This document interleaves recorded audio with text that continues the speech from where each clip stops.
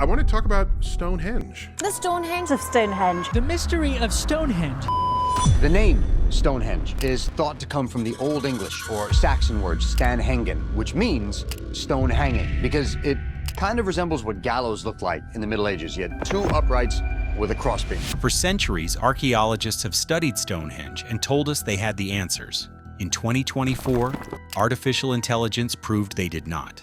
Using LiDAR scanning, photogrammetry drones, and neural network pattern recognition, researchers mapped every surface, every tool mark, and every measurement of the entire monument down to fractions of a millimeter. What the AI found in those scans has left the scientific community in stunned silence. The findings do not just challenge what we thought we knew, they suggest that what we have been told about Stonehenge was never the full truth to begin with. The crime scene. In 2024, a joint British-American research team did something that had never been done before. They built a complete digital copy of Stonehenge, the 4,500-year-old stone monument sitting on Salisbury Plain in England.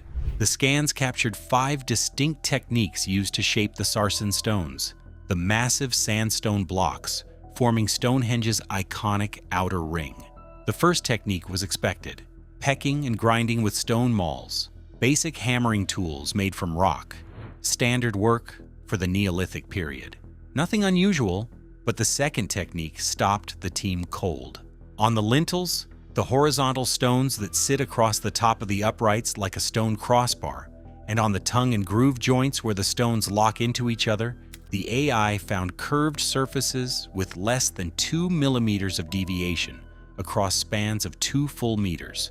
To picture that, take a stone surface the length of a dining table and keep it so consistently curved that the highest and lowest points are separated by less than the thickness of a fingernail. Dr. David Nash of the University of Brighton confirmed this level of uniformity goes beyond what stone pounding and grinding can physically produce. Achieving that consistency today requires precision engineering tools. These joints were cut 4,500 years ago, supposedly with rocks.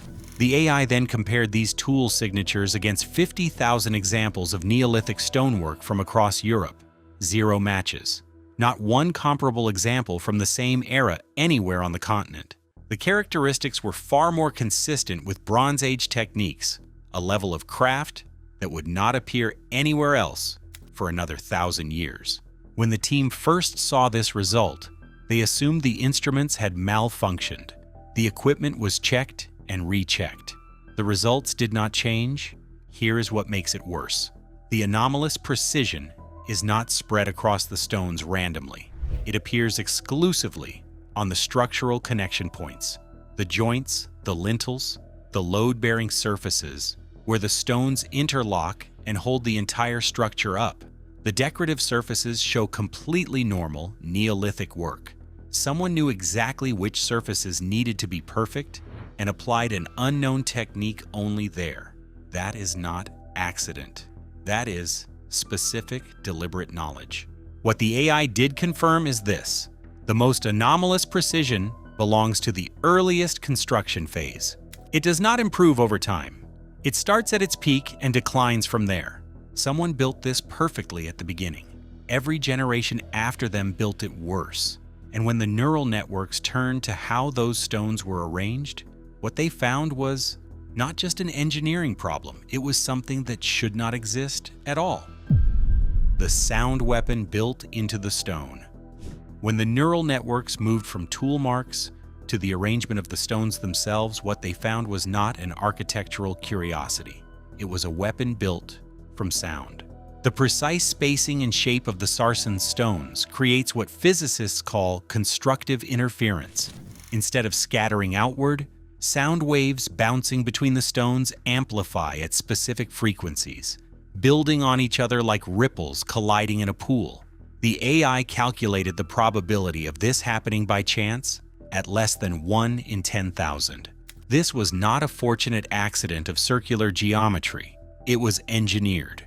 Researchers reconstructed what sound inside the complete monument would have been like 4,500 years ago, when every stone was still standing.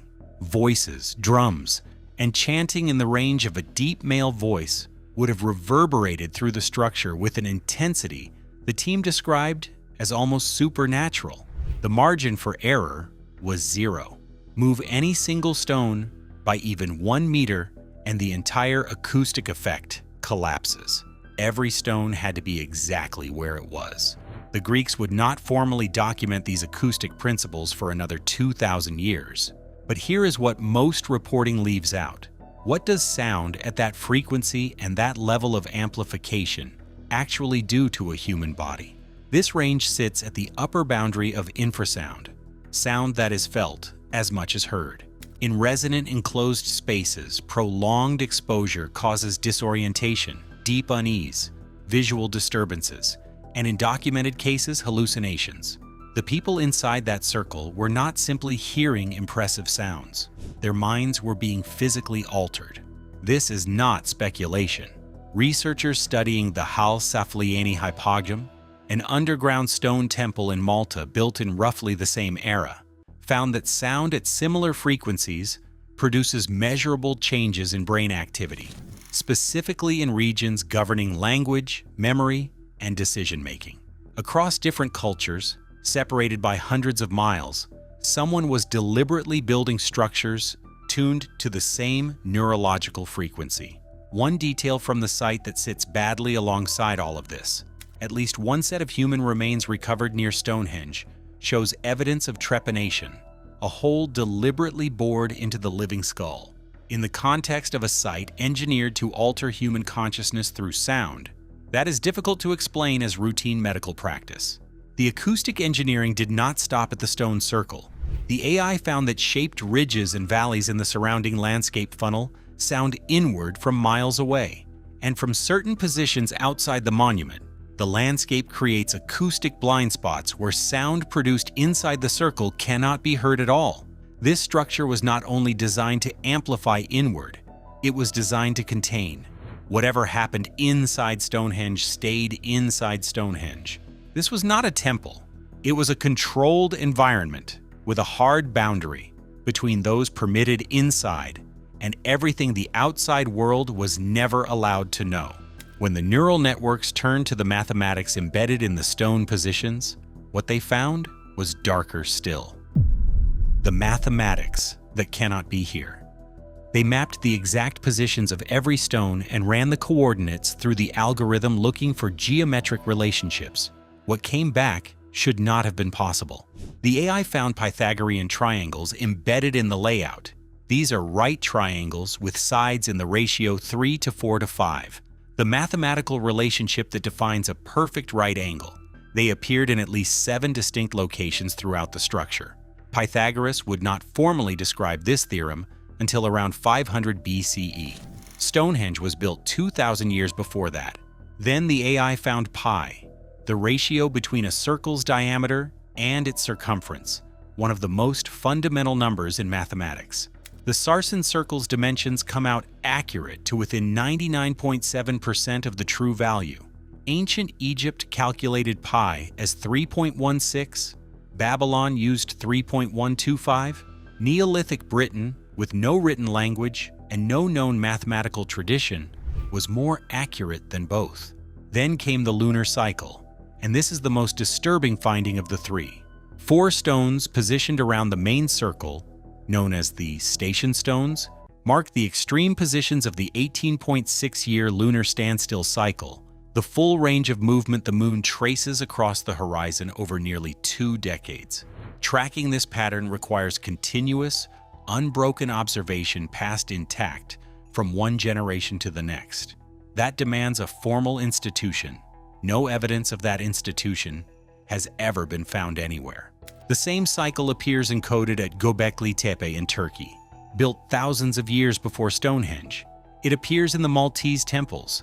It appears at Karnak in France, where over 3,000 standing stones are arranged in complex geometric patterns. The probability of 4 separate cultures independently reaching the same complex astronomical calculation without any contact is, by any reasonable standard, essentially zero. If the knowledge was transmitted between these sites, there was a network connecting them that archaeology has never identified. The 56 Aubrey holes, a ring of pits surrounding the monument, add one more layer. The number 56 enables a counting method that predicts lunar eclipses with reliable accuracy. The AI confirmed this was intentional. These builders were calculating specific future dates when the moon would go dark. In a world without science, predicting a lunar eclipse is functionally indistinguishable from controlling one. The mainstream response is that Pythagorean ratios and pi approximations can emerge naturally from basic rope and stake geometry without any theoretical mathematics. That argument holds for one coincidence. It does not hold for 7 Pythagorean relationships, a pi calculation more precise than ancient Egypt, a 20-year lunar observatory, and eclipse prediction all present in the same structure simultaneously. This mathematics was not discovered through experimentation.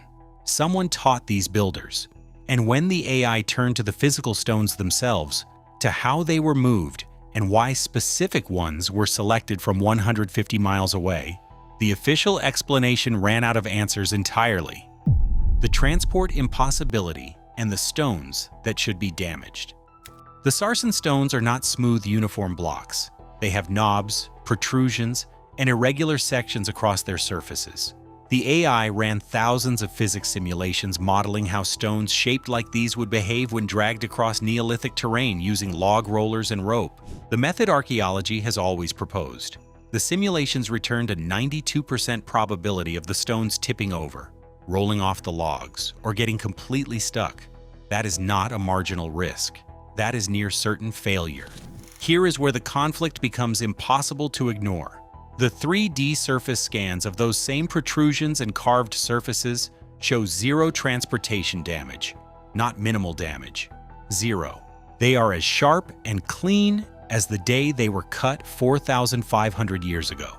A 25-ton, irregularly shaped stone allegedly dragged 25 miles across rivers, woodland, and uneven hills without a single mark on its carved surfaces is not a puzzle. It is a physical contradiction. The AI flagged only 2 possible explanations. Either the shaping was done after the stones were already standing, which is impossible because several carved elements sit on surfaces completely inaccessible once the stone is upright, or the builders used a transportation method sophisticated enough to fully protect the stones during the entire journey, a method that has never been identified. Experimental archaeology has made this worse, not better. In 2016, researchers attempting to move a 1-ton replica bluestone using period-appropriate methods broke the replica during the attempt. 1 ton. The sarsen stones weigh 25. The most successful experiment moving a sarsen-weight stone required 130 people, purpose-built wooden sledges, and a flat prepared surface.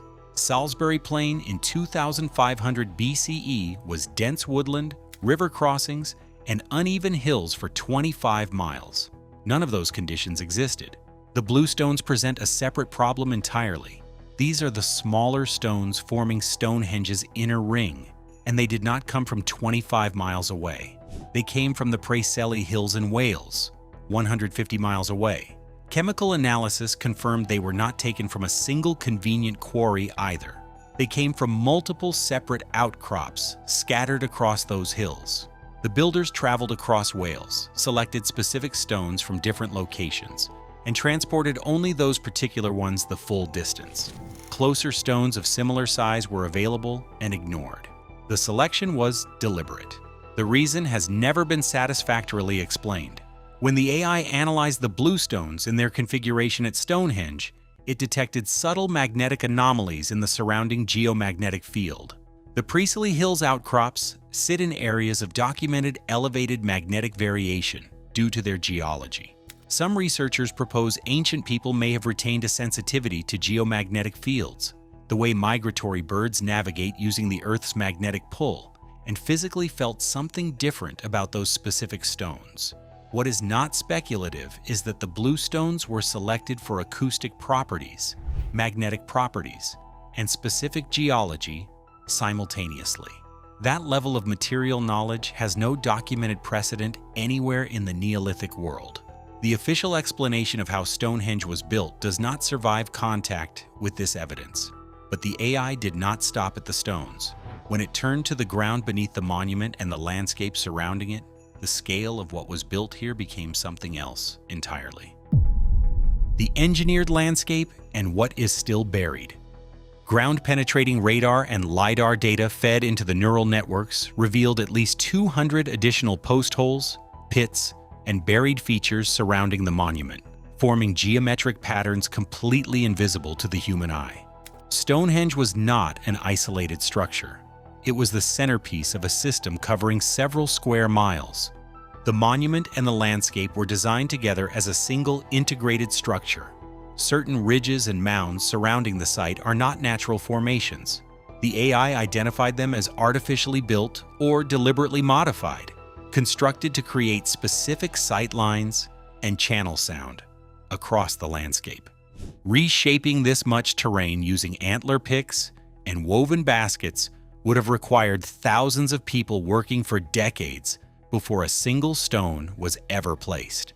Only 5% of the Stonehenge site has been fully excavated. The rest remains buried and untouched. British authorities cite preservation concerns, which is a convenient position given that early 20th century excavations were conducted so destructively and documented so poorly that significant archaeological context was permanently lost. What those early digs found, and never fully published, remains an open question. The AI scans detected underground chambers and passages within the monument's footprint that have never been opened. Nobody knows what is inside them. No formal investigation has been announced. What has already been recovered makes that question harder to sit with. The Aubrey holes, the ring of 56 pits surrounding the monument, contain the cremated remains of at least 63 individuals, deposited not in a single event, but across generations. Skeletal remains from the site and surrounding areas include individuals who suffered blunt force trauma and decapitation before being deliberately buried here. These were not accidental deaths. People were dying violently at Stonehenge, and someone was making a deliberate choice to place them inside the monument's boundaries. Who they were and why they ended up here has never been thoroughly investigated. Less than 2 miles away sits Durrington Walls, the largest Neolithic settlement ever found in Britain. Evidence of mass feasting there points to gatherings that drew people from across Britain and continental Europe. Thousands of people converging 2 miles from a monument being built over 1,500 years. And archaeology has never fully accounted for what they were being told about what was happening here. Sealed underground chambers, violent deaths buried within the boundaries, a landscape artificially shaped on a scale requiring decades of coordinated labor, and 95% of it still in the ground. Whatever is still buried at Stonehenge, saying at Stonehenge, someone has not been in a hurry to find it. But the AI's most unsettling findings did not come from what is beneath the ground. They came from examining how the construction itself changed across 1,500 years, because what that progression reveals about the people who built this place should not be possible. The civilization running backwards. By analyzing tool marks, weathering patterns, and working techniques across the monument's entire 1,500-year construction history, the AI separated the work into distinct phases and mapped how quality changed over time. What it found breaks the standard model of how civilizations develop. The earliest stones, the first Sarsen circle, and the trilithons, the paired upright stones with a third stone laid across the top like a doorframe, erected around 2,500 BCE, show the highest precision in every measurable category, the tightest joints, the most sophisticated shaping, the most accurate astronomical alignments. This is the peak. Everything after it declines. By the final construction phase around 1,600 BCE, the work is markedly inferior to what was built first. Every civilization we study shows the opposite pattern. The Egyptians built increasingly refined pyramids over generations. The Greeks improved their architecture with each century. At Stonehenge, Angasiasik Trishintanch Mist Change, the best work came first and was never matched again. The timing of this decline aligns with a documented genetic event. A population known as the Beaker people arrived in Britain around 2450 BCE, and according to genetic evidence, replaced the existing Neolithic population at a rate approaching 90% in some regions within just a few centuries. The people who finished building Stonehenge were very likely not the descendants of the people who designed it. They were inheritors of a construction program they could not fully decode, executing instructions whose original meaning had already been lost. During this same transition period, a man now known as the Amesbury Archer was buried near Stonehenge. Isotope analysis of his teeth confirmed he grew up in the Alpine region of Central Europe, over 1,000 miles away. He was buried with the most advanced metalworking artifacts found in Britain at that time. What brought him to Stonehenge, what he knew, and who sent him has never been explained. Tree ring records from across the northern hemisphere show a severe narrowing around 2350 BCE, a signature of prolonged reduced sunlight caused by a major volcanic eruption or impact event. Egypt's Old Kingdom collapsed in this period. The Akkadian Empire fell. The people building Stonehenge were doing so in the immediate aftermath of a global catastrophe. Whether that catastrophe is connected to what Stonehenge was built to do has never been seriously investigated.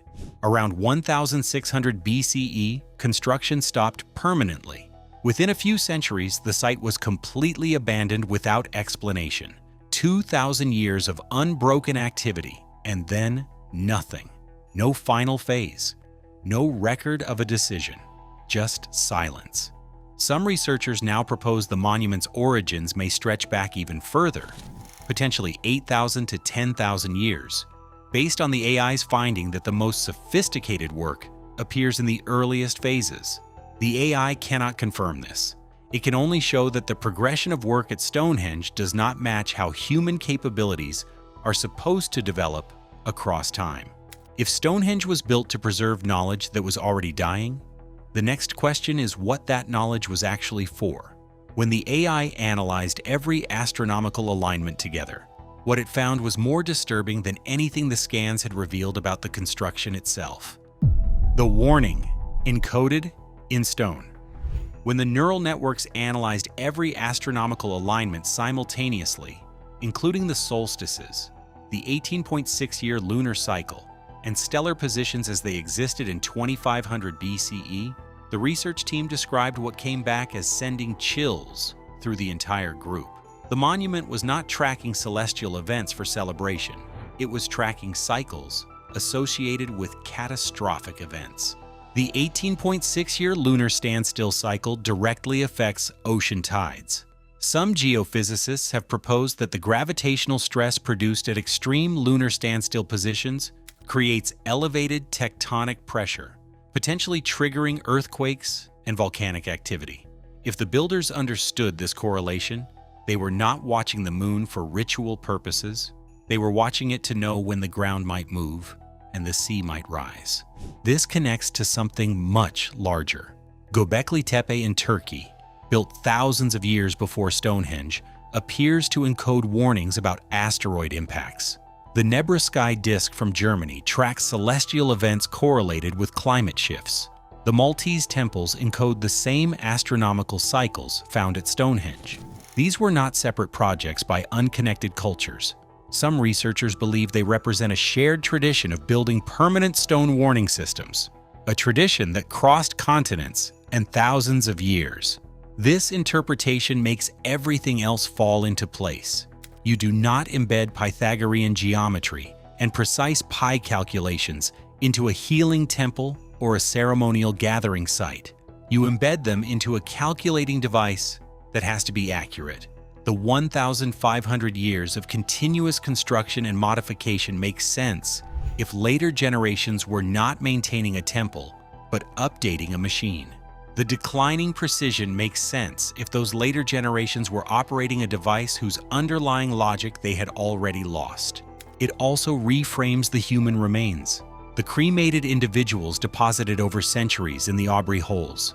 the violently killed bodies buried within the monument's boundaries, the people traveling from continental Europe to gather at Durrington Walls in enormous numbers. If Stonehenge was predicting catastrophes, these were not worshippers. They were people who believed this structure was telling them something they could not afford to ignore. The mainstream objections address individual findings in isolation. They do not address all of them operating together as a single integrated system. No single counter-argument covers precise tool marks, acoustic engineering, eclipse mathematics, lunar cycle tracking, and landscape modification simultaneously. The AI did not find one anomaly. It found a complete architecture of impossibilities built to serve one purpose. Stonehenge is still standing. Whatever it was built to warn against, the record is still there in the stone, waiting for someone to finish reading it.